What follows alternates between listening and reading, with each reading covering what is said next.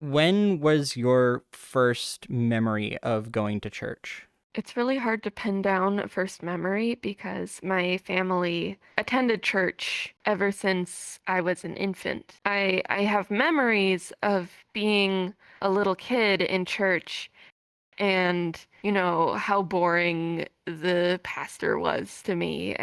I would have been like 2, 3 in these memories. We had Bibles in the backs of all the pews, and so when I was bored, I would go through the Bible and try to find the page with the most red text on it. I didn't even know what that meant at the time. Later, I learned that red meant that it was Jesus talking. But back then, I was just like, ooh, color. I would sometimes be sent to Bible school. Uh, I think at that church they would have us do it before the sermon even started. Some churches have children's church while there's a sermon going on so that the kids have something more engaging to do. But at that church, they thought it was so important for the children to also attend the boring sermon that they couldn't understand. So they would make us go to children's church before the sermon started. My family ran into this issue where I was 1 year younger than my brother and everybody in his class, but I was a little older than the kids in the nursery. And so instead of letting me join either a class above or below me, they made me be in a class all by myself where it would just be me and the teacher in a room alone for an hour talking about the Bible and Jesus. Pretty quickly, I started telling my parents that I hated church and I hated Jesus. And they were like, well, she's way too young to be saying something like that, so we should find a different church. Which, like, I can appreciate that they were willing to accommodate that for me and that they didn't just punish me like, you don't hate Jesus, never say that again. We went from the first super traditional church with the pews and the hymns and I don't think they had an organ, but it was a very noisy piano, to a church with a playground for the kids to play at and much more upbeat contemporary music where it's kind of like Christian karaoke, they're playing the backing track and we're all singing along with the words on the screen. And it has much more of that like 90s, 2000s CCM vibe. We attended there for several years. They had a much more fun children's program. I'll give them that. 1 year we had VBS, which is Vacation Bible School, and it was spy themed. And I loved it because I was all about spies. We would like put our thumb on this fingerprint scanner before we would go in the room, and they used fog machines, and it was a good time. They probably ID'd you. It wasn't a real fingerprint scanner. It was one of those things that like changes color from the temperature of your skin. So you Oh, like push your thumb on it and then it changes to green or pink or whatever and you're like, haha. They took my fingerprints at like a different community fundraising event.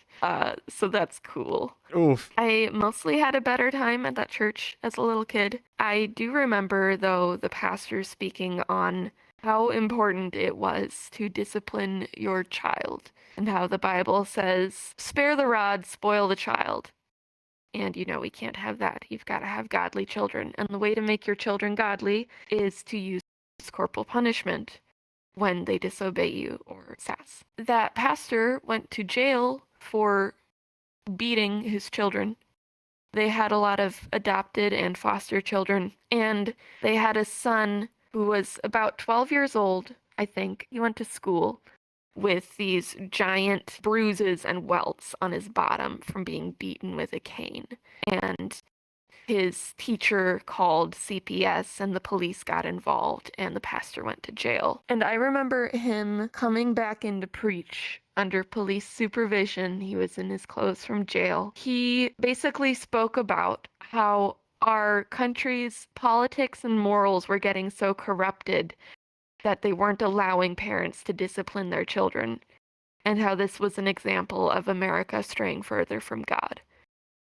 And I remember him saying how the bottom has a lot of cushioning for spanking. You're being merciful when you spank your child's bottom. And if something really severe happens and you really want to discipline them, smack their face because there's no padding there. And at the time, nobody in my family told me that that was wrong. I still don't know if they believe he was fully wrong, but I was just basically internalizing this message that that's okay, that I'm more godly because my parents hurt me, and if I do something bad, that's what I deserve. I was also raised in a culture that was very into Calvinism, which is a branch of Christianity pretty common in Baptist cultures and some others, that says every human is born depraved and evil.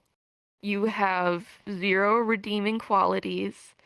From the moment you're born, before you've even sinned yet, you have a horrible sin nature and you deserve to go to hell. And the only reason you're not in hell is because God is so merciful that he didn't squash you like a bug. But also, it focuses a lot on how free will isn't a thing. Everything is predetermined. They believe in predestination. God knows from the moment that you are created whether or not you're going to go to heaven or hell for all eternity, and he creates you anyway. So that means he creates billions upon billions of people that are just destined for hell and that are never going to be saved. And that really messed with me as a kid. Uh, Basically, I grew up being taught to hate myself, and that's not what my parents wanted. They didn't want me to hate myself and have no self-esteem, but the teachings I was exposed to have that logical conclusion. And so you believe that you are detestable, that there's nothing good about you, that even though you're a child, you've already done things that are so horribly wrong. And I would look at people who would go up and give their testimonies in church, and they would talk about all of the horrible things they did. A lot of it focused on like drug or alcohol addiction, and like, oh, I was this horrible person. I did so many awful things, and they would cry during their testimonies, and then they would be like, but God saved me in his mercy, and now I'm so fully changed. And they would just be overwhelmed with the combination of guilt and joy. And I felt like I was supposed to have that same emotional response, that I was supposed to feel like I had done something horrible and that I was blessed to receive grace. And so I would feel ashamed that I didn't feel overwhelmed with my love of God, overwhelmed with my gratitude for his mercy. I just felt like a lot of guilt and shame and confusion. I kind of felt like I was a less than Christian. I felt like I hadn't done something so horrible yet that would make me feel like I desperately needed forgiveness. And then I felt like, but you're told that every sin you have is equally horrible. So I should feel just as guilty for stealing that box of Tic Tacs when I was 4 as that person feels for cheating on their wife and beating their kids. It screws with you a lot. And we didn't leave that church because of the pastor getting arrested for child abuse. We left the church because he started adopting more Mormon beliefs and trying to teach people how when you die, you don't just go to heaven. If you're good enough, you become a god and you get your own planet. And my parents, who were very Christian and sticking to what the Bible said, were like, that's really going off the rails. That's not what the Bible says at all. And they tried to talk some sense into him, and he wasn't having it. He also told somebody who was a Christian married to a non-Christian, he told her, like, you've been together so long that he hasn't converted. You should just divorce him. And he also wouldn't listen to sense on that. And so my parents got fed up and took us to a different church, also with a super Calvinist pastor. Less of a fun kids group, less of an emphasis on child abuse. And when I was there was this girl that I view as a frenemy. She would be really nice to me some days and just really mean and nasty other days. But her mom was really prominent in the church, and she and her mom decided to start a Bible study for little girls called Girls for God. And I started attending. It was like the only time in the week when I got to pretend that I had friends. So I went to Girls for God. And we would do your standard girls group stuff. We would march around outside and play silly games. We would make crafts together and have snacks. We did a series where we went through the fruits of the spirit, and my Mine was joy, so I prepared a lesson about joy and I taught everybody to make yarn dolls. So that was fun. But Girls for God was the first place I remember being exposed to purity culture. Now, I was exposed to it everywhere growing up, mostly in the form of modesty. Just people telling me as a little kid, like, put your shirt down, don't wear those shorts, they're too short, etc.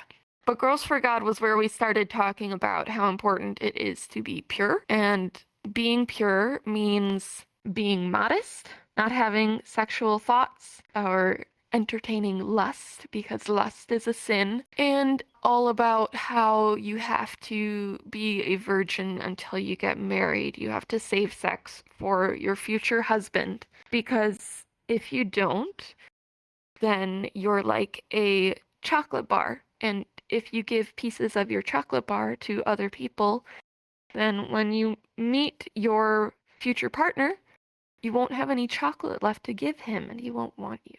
Or you're like a piece of gum. And if somebody else chews that piece of gum, then nobody else is going to want to chew it. I was exposed to all of these purity culture messages. I was given a book all about modesty. It was in the Secret Keepers series. I was probably 11 at the time. I didn't understand why people kept telling me to cover up when I was just a kid living my life and wanting to be comfortable. And so somebody gave me this book about modesty from Secret Keepers, and I read it and really took everything to heart. It had a part in particular that stood out to me that I'm always going to remember. In the book, she talks about how Bathsheba, this woman in the Bible, was taking a bath on her rooftop. And it was like she was made in the image of God. She was beautiful. She was naked. People were watching. And then it talks about, in a modern context, Britney Spears.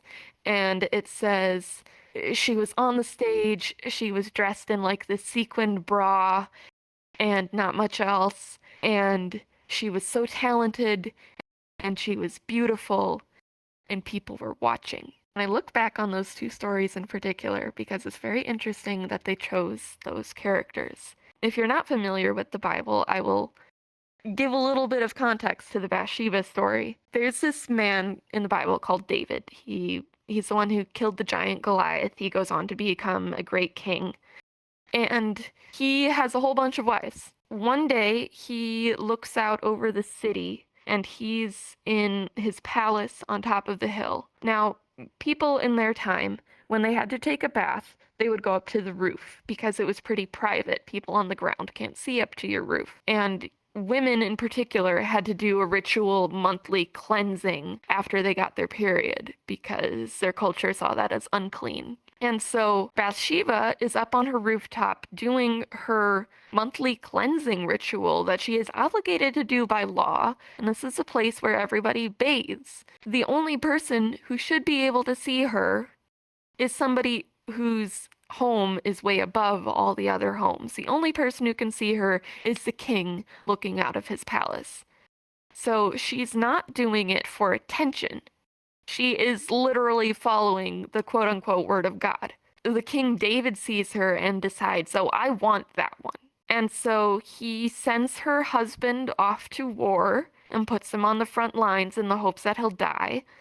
And he takes Bathsheba to be his wife slash concubine slash sex slave. Essentially, he uses his power to rape her. This is not a story in the Bible about somebody who was immodest and did something evil. This is a story about someone who was doing what she was supposed to do and got taken advantage of and abused. And then if we look at the story of Britney Spears, like we've had all this stuff coming out about her conservatorship, however you say that word, how she's been controlled by her label and her dad. Britney Spears is someone who was woefully taken advantage of by the music industry, the paparazzi, the world at large. She's a ridiculous person to pick out as someone being immodest. And even if she is singing on stage in her bra and that's how she wants to dress for her concert, who freaking cares? Like, just don't go to the concert if you don't like it. But at the time, I didn't have all this context. I was just like, oh yeah, this makes sense. Like, your body is beautiful and special, but you need to cover it up for God and for your husband. And then it was all dominoes from there. I spent so much time in middle and high school basically obsessing over sex, and I was supposed to repress all of it, which just made the obsession worse because I'm like, I'm not supposed to have fantasies. I'm not supposed to think about sex. And I don't know how many other religious kids can relate to this, but I would do really weird things to get my fix. I would do weird things like looking up definitions in the dictionary and just like reading them over and over because I didn't have any erotica to read, so I would just Oh. like go to the dictionary definition of sex and just read that and feel guilty. It was so weird. I wish I'd been able to sexually express myself in a normal and healthy way, appropriate of my age, that I felt like allowed to have fantasies, to think about sex, because every other teenager is thinking about sex, and that's not actually bad. It complicated a lot of my relationships. It made things really difficult. I held this belief that if I were ever to be raped, that it would be better for me to die. You're taught as a girl in purity culture that you're like the gatekeeper, that guys will try to tempt you and try to get you to have sex, but you have to say no. You have to be this strong, virginal woman. Purity culture involves a lot of victim blaming that says if you get assaulted, you probably weren't dressed modestly enough. You wore something that tempted him, that drew him in. And it followed along that line that I believed that if somebody were to try to force me to have sex with them, if I didn't fight and fight and fight, that meant I was consenting. That if somebody like held me at gunpoint and told me I could either have sex with them or I could die, that it would be a sin for me to choose to be raped instead of to die. I believed that even if I didn't have a choice and it happened to me anyway, that I would just feel so lowly and awful and worthless afterwards, that I wouldn't have my purity anymore. I wouldn't have anything to give to my future husband, that it would be better for me to just die. And I'm really glad that that never happened to me because I don't know where I would have ended up.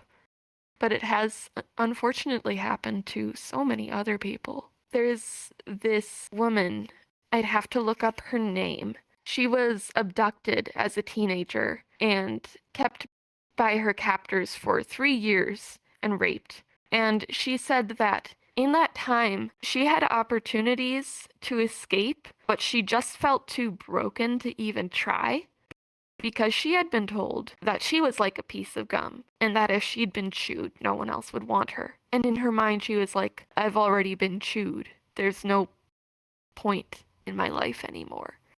There's no reason to escape and find something better because this is all I am and my worth is gone. Proponents of purity culture want to draw lines in the sand and be like, well, you can't take it that far.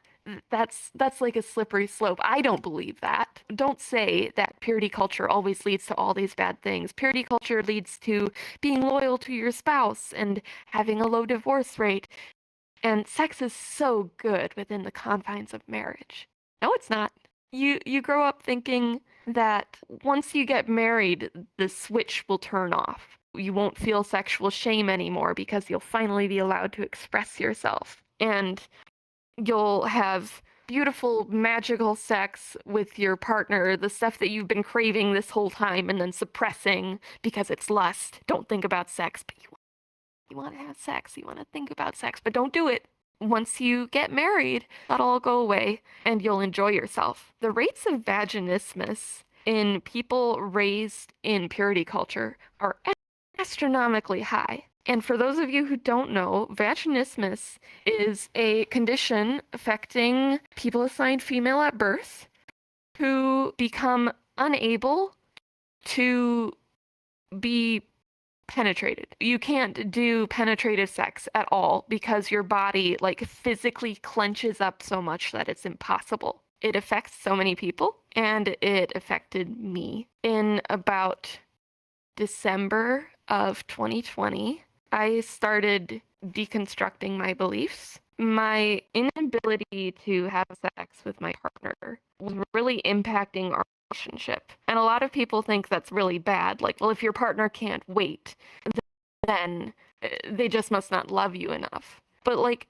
it's really difficult when you've been together for several years and you're so drawn to each other. There's so much sexual tension and you can never do anything about it. It puts stress on the relationship, at least for mine.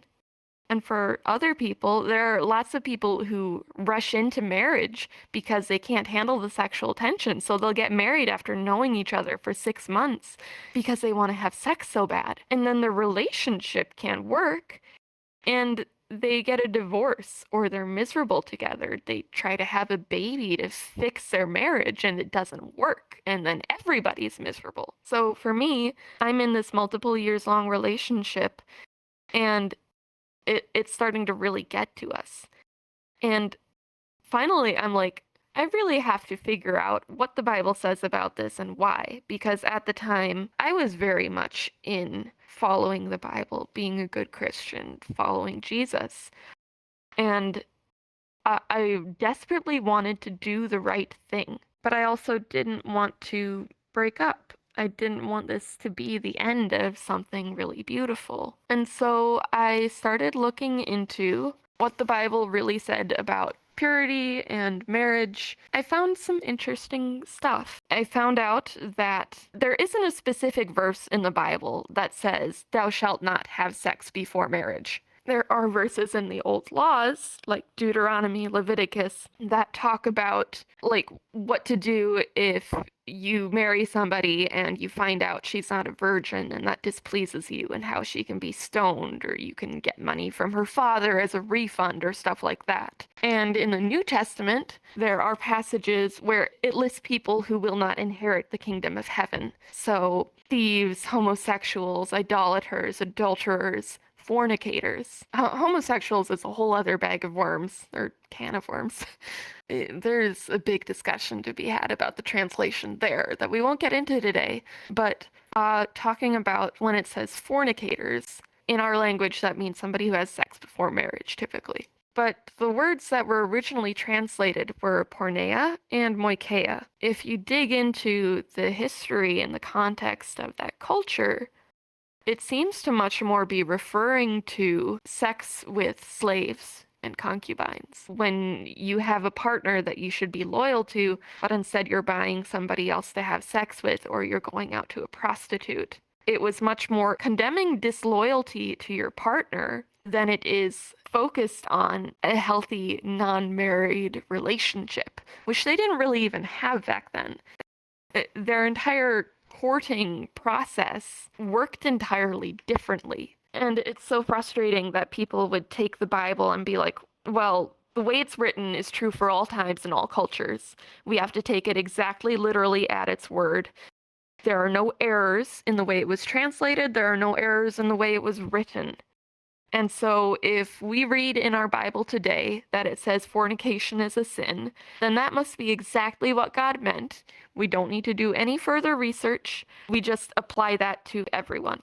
We have to trust not only the people that wrote these words in a different language and a different culture way before ours existed, but we also have to trust the people from our culture and their biases to be entirely neutral. Yep, exactly. The belief is that God was guiding every single step of the process and that the Bible is infallible. That's actually a very new belief in terms of all of Christianity, as in within the last century or so, did people start becoming so rigid with that, so legalistic? I was in progressive Christianity for a while, and I find it personally much more beautiful to say, like, this is a collaborative effort. There's room for error and there's room for interpretation. Progressive Christianity was the place that I moved to that allowed me to say, maybe it's not a sin for me to have premarital sex. Maybe it's not a sin for gay people to be together. Maybe it's not a sin for me to be bisexual. Maybe nobody goes to hell. That was a big one. So I finally go through this huge process of researching and coming to a place that says maybe premarital sex isn't against the Bible. In fact, I am becoming convinced that it is not. And I went to one of my Christian friends and I talked with her about all of it. And I was like, this is all the stuff that I discovered. Like, am I crazy? Am I questioning God? Am I blaspheming him? What do you think about all this? And at the time, she was like, that actually makes a lot of sense.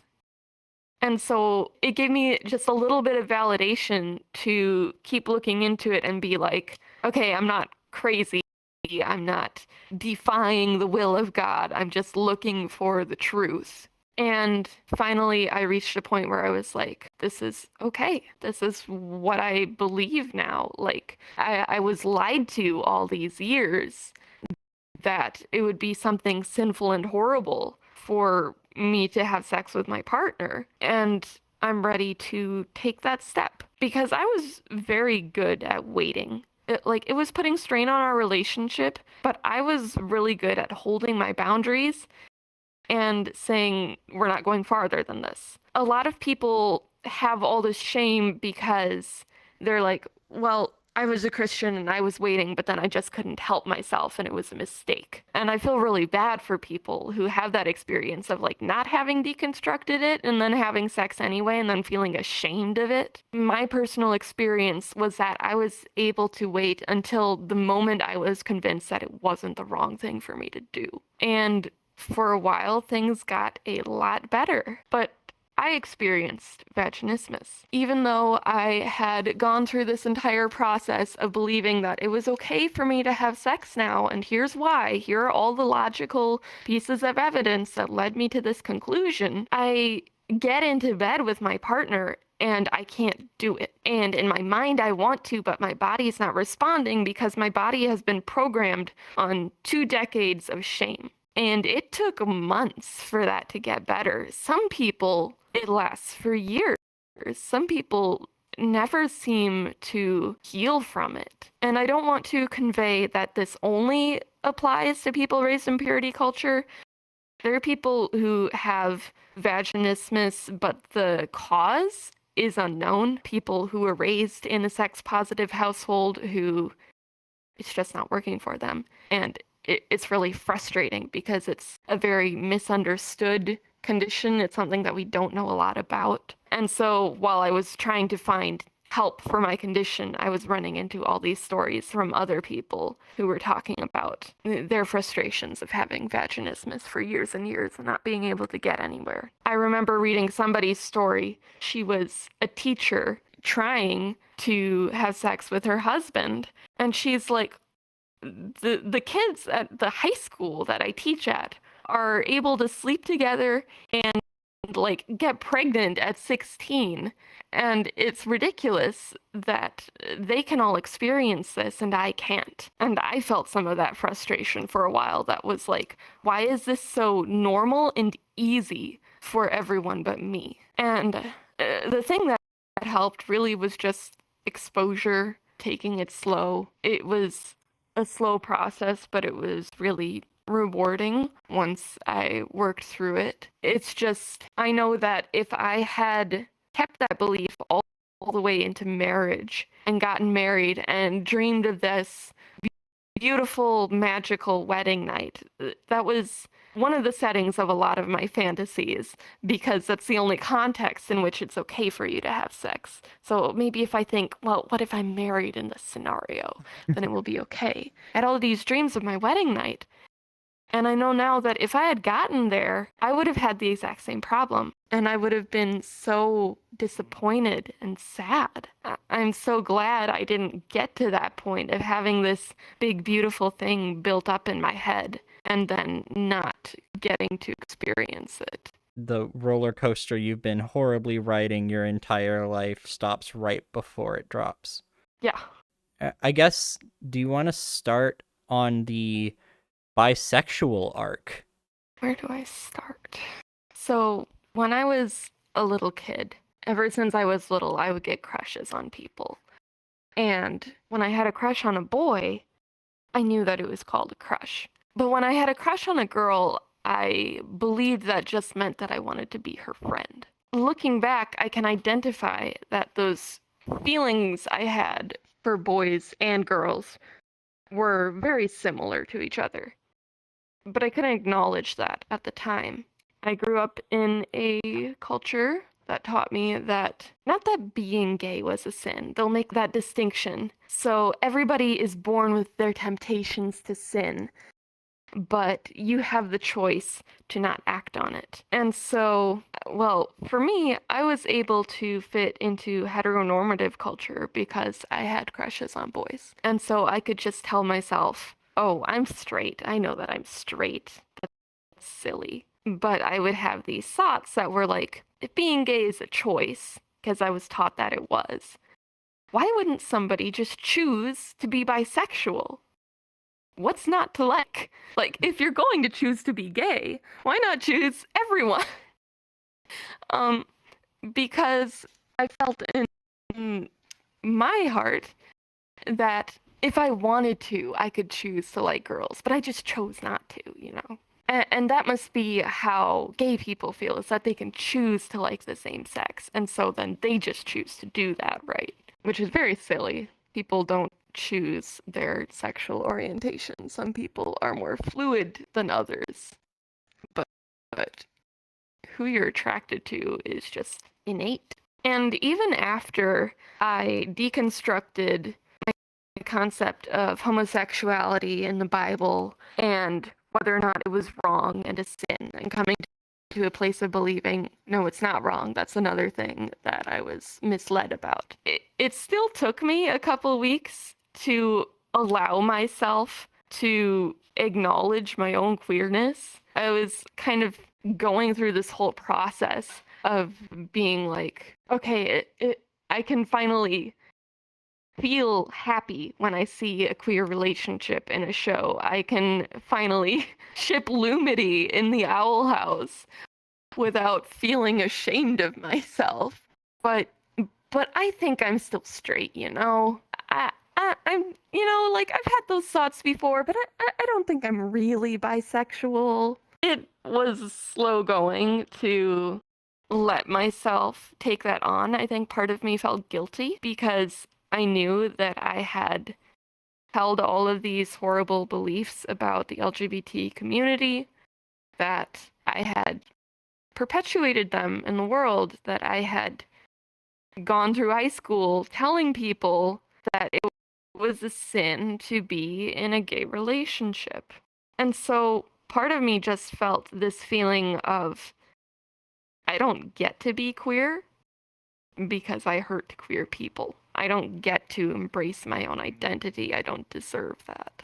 And eventually I processed through that too and reached a place that was like, I grew up believing all these lies. I was indoctrinated from the moment I was born, and I can move past that and not only embrace other people, but also embrace myself. Now, when I did embrace that about myself, I'd been having all these conversations with that Christian friend that I mentioned earlier.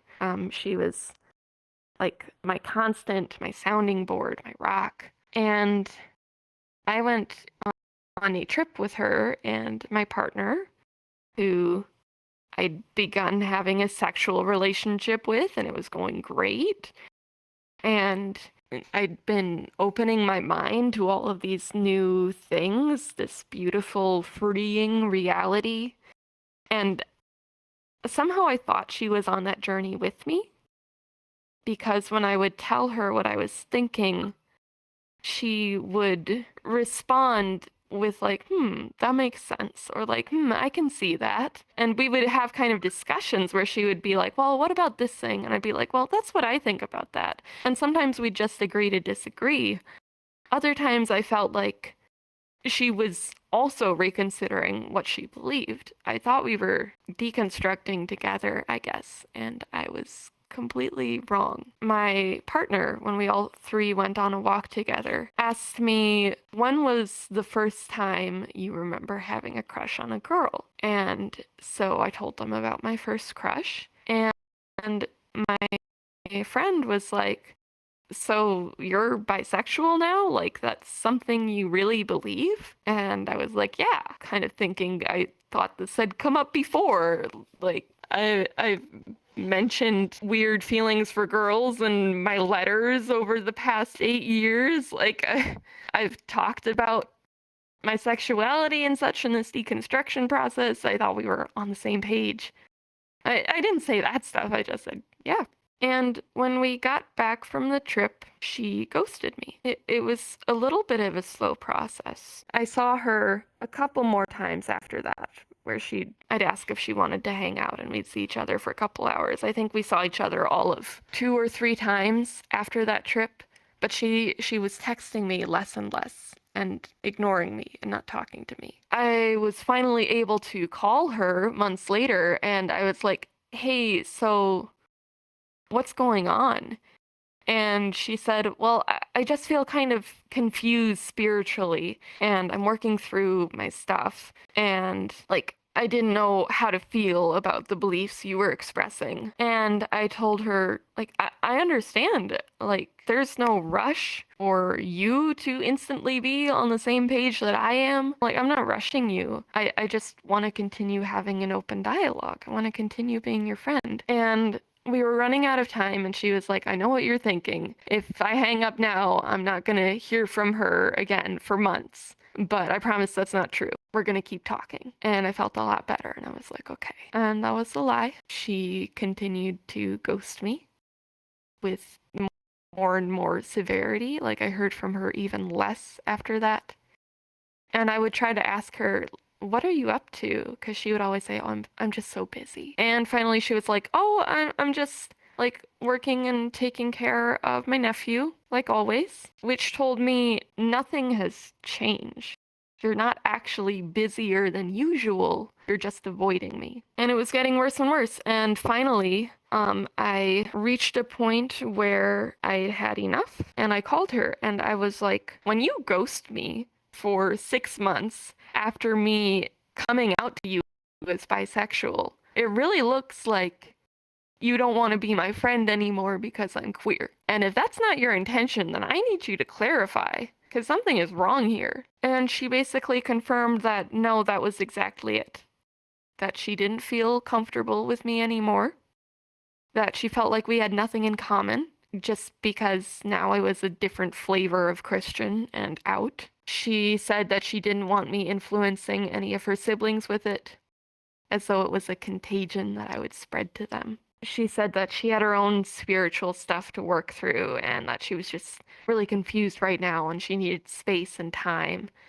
And that what that really meant was no contact. Just stop talking, stop being friends. And so we ended the conversation and I lost that friendship. And she had been my best friend for 9 years. She was the person that I trusted more than anybody else. Me coming out as queer to her was enough to erase all of it. It's been about 2 years since then, and I recently had my birthday, and I made the decision that I wanted to come out on Facebook. I made a post telling everybody a little bit about my experience and how this is who I am. This is who I have always been. It's not some new thing. I didn't get brainwashed by the liberals. I've had crushes on girls from the age of 3.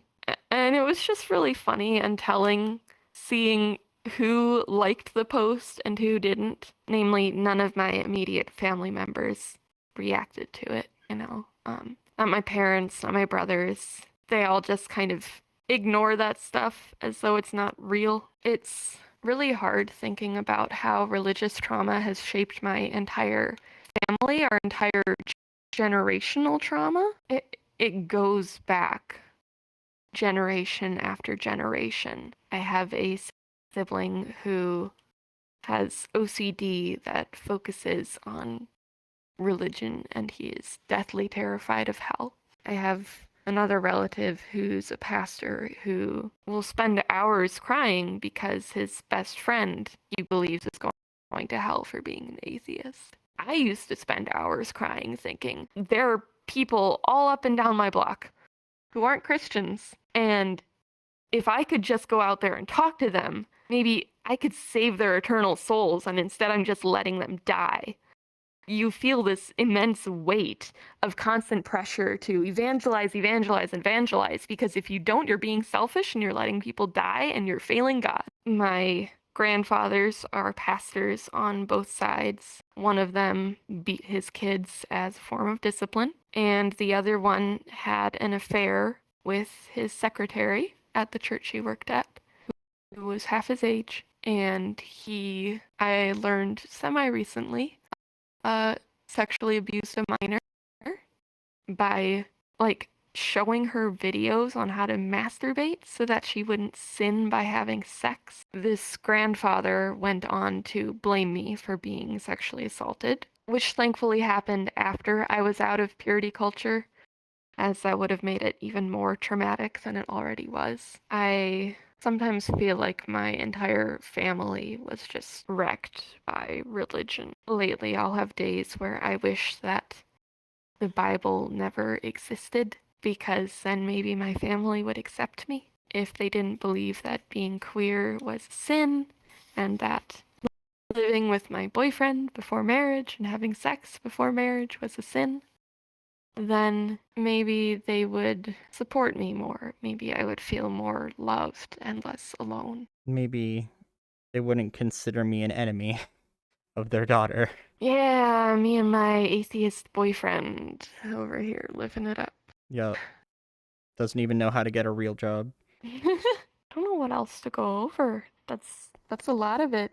The big thing that I wanted to bring up is that religion entirely twists your way of thinking, especially like conservative evangelicalism. You're taught all your life to rationalize and do mental gymnastics. You're taught that the Bible is inerrant, that it contains no contradictions, that every word is directly poured out from God. And then you look at things like the Bible having all these laws about how to keep your slaves, and how you can marry prisoners of war, and how if a woman is raped, then she has to marry the man who raped her because she's now his property.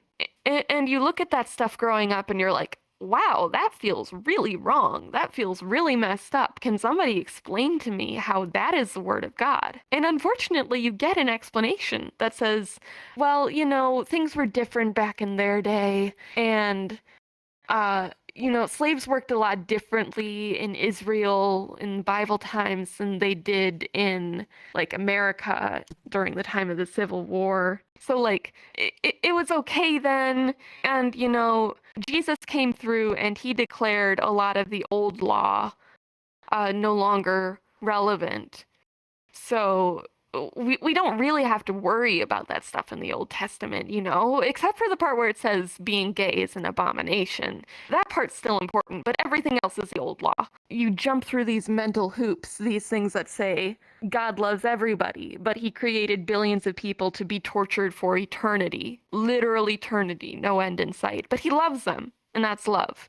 And telling a gay person to stop being gay, to divorce their partner, to go through conversion therapy, even though it might make them want to kill themselves, that's not hate, that's love, because you're caring about their eternal soul. You rationalize all of these glaring contradictions. It twists the entire way that you think ever since you're a little kid. And breaking out of that is so, so difficult, because you know that the second you don't believe in the Bible anymore, the second you even start questioning it, you have to reckon with the fact that maybe you won't be going to heaven anymore. Maybe you'll be going to hell too. Or if none of the Bible is true, maybe heaven doesn't exist, and you don't have eternal life to look forward to anymore. You don't have that same sense of purpose that you've had your entire life. Your identity that's wrapped up in your religion, your belief of why you're here on earth and where you're going afterwards is up for grabs, and you've got to figure something else out. I told you this in the car the other day,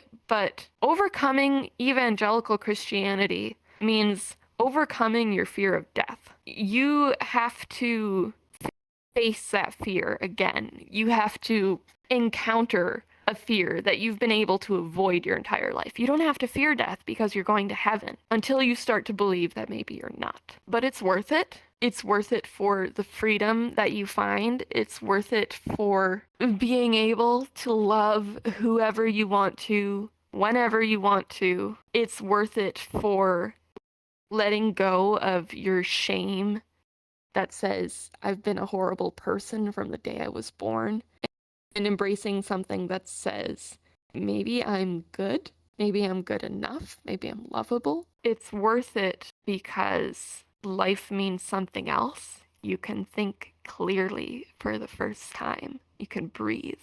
You can see things as they are and have some hope when you believe in Christianity. Especially in America, conservative Christianity, you tend to believe that the world is about to end, literally, that the apocalypse is just on the horizon, and that there's no point in making the world any better, in trying to stop global warming. If you even believe in global warming, there's no point in trying to recycle and save the planet and give everybody healthcare and what they need, make the whole world a better place. There's no point because it's about to end anyway. When you're free from that, you can start to believe that there's hope for humanity. If we're lucky, we can go on to create something incredible. If we just get our act together, that we're not on the verge of everyone dying a horrible death and then burning for eternity. We're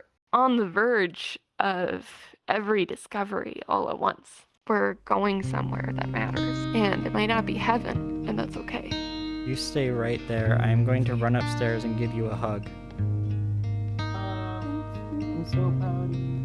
Tell me a story, I wanna hear it.